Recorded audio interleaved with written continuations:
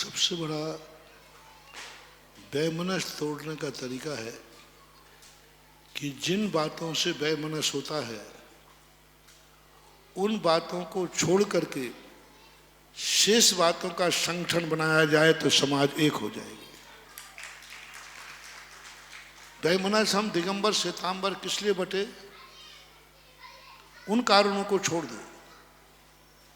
बाकी राजनीति में जैन का नारा लेकर के यहाँ उतर आओ सड़क पर। इसी प्रकार से दिगंबर जैनियों में भी एक ऐसा संगठन, बहुत अंतर्राष्ट्रीय संगठन बने समय समय पर, भारतवर्षीय परिषदें बनी, सभाएं बनी, समितियां बनी, लेकिन वे क्यों हुई? क्योंकि हर सभा ने, हर संसदीय परिषद ने उन पॉइंटों को छेड़ा जो पॉइंट विभाजन के कारण थे, जिन कारणों पर कभी समाज एक हो ही नहीं सकते। किसी ने 13 पंथ लेके चले, किसी 22 पंथ लेके चले। अब अंतर्राष्ट्रीय संस्था थी, भारतवर्ष की संस्था थी, उसमें 13 पंथी हो, 20 पंथी हो, सोनगढ़ी हो, रतनगढ़ी हो, कोई भी गढ़ी हो, भारतवर्ष वो सब आ जाते। लेकिन बस सभाओं ने इन पॉइंटों को पकड़ लिया जिनके कारण से समाज कभी एक हो ही नहीं सकती। 13 पंथ और 20 पंथ के नाम से दोनों पंथ छोड़कर एक हो सकते हैं?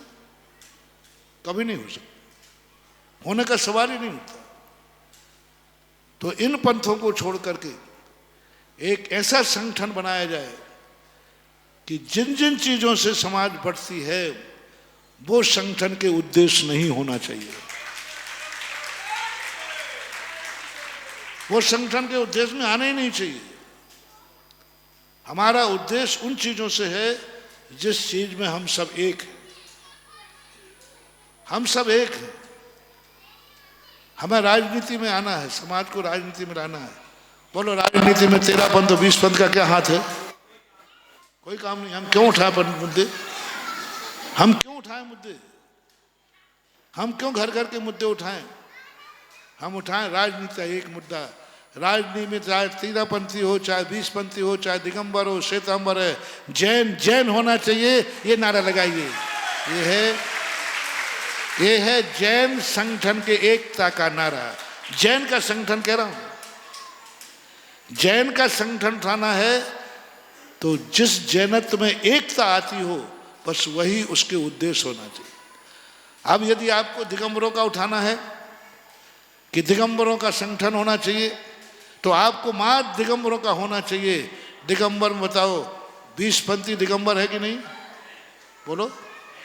और 13 पंथी, बस तो जिसमें दोनों एक हैं वही दिगंबर संगठन का उद्देश्य होना चाहिए।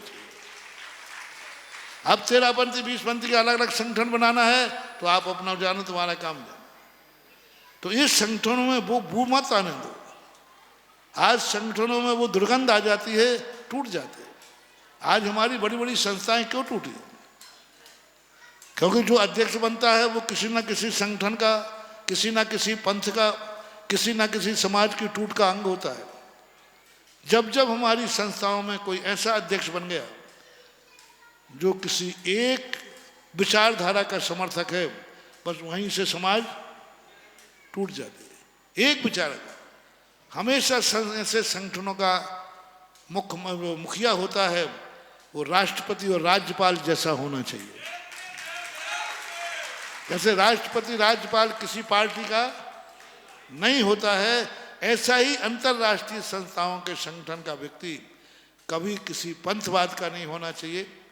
यदि है तो जब तक वो पद पर बैठा है वो पंथवाद से दूर, और है भी तो वो अपने घर में रखे, संगठन में आवे तो राष्ट्रपति बन के आवे।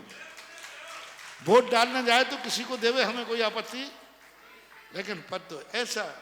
तो आज जैन समाज में सबसे बड़ी कमी है, खास तौर से दिगंबरों में, कि दिगंबर संप्रदाय में आज कोई ऐसा संगठन नहीं है जो जैन के नाम से एक कर सके।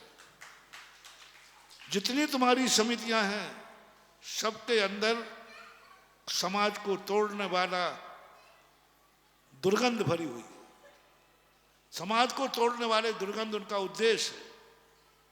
संस्था का भले न रहा हो, लेकिन उनके जो मुखिया पदों पर बैठ जाते हैं उनके अंदर ये दुर्गंध आती है कि हम तो इस पंथ के हैं तो हम तो इस पंथ का समर्थन करेंगे, हम तो इस पंथ के हैं इस पंथ का समर्थन करेंगे।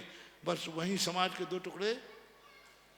तो संगठन ऐसा बनना चाहिए जो इन सब से ऊपर उठ करके जिन जिन उद्देश्यों में हम एक हैं, आओ उतने कदम तो हम साथ चले।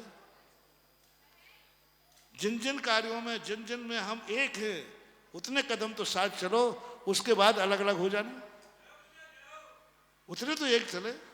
जैन के नाम पे तुम एक हो ना, तो जहां जैन की जरूरत पड़े वहां तो एक हो जाओ। किस नाम पर एक होना है तुम्हें? जैन के। तो जहां जैन शब्द के लिए तुम्हारी जरूरत पड़े वहां सब भूल करके हो जाओ, हम जैन की अपेक्षा सब एक।